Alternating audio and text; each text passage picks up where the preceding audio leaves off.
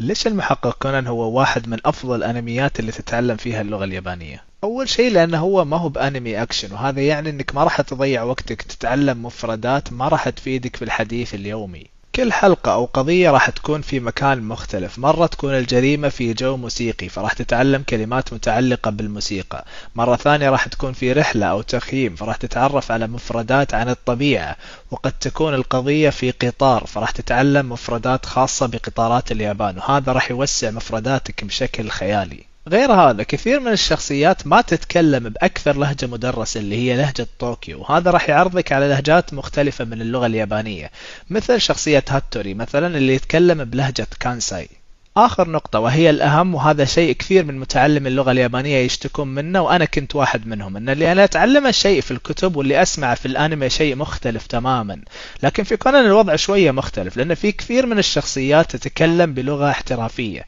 زي الشرطة مثلا وموري في أغلب أوقاته، فراح يستخدمون أسلوب قريب من اللغة اللي راح تتعلمها في الكتب، وهذا يخلي الفجوة بين الدراسة ومتابعة الأنمي أقل أو أصغر، وراح يخلي الانتقال من لغة الكتب إلى اللغة المسموعة أسهل بكثير.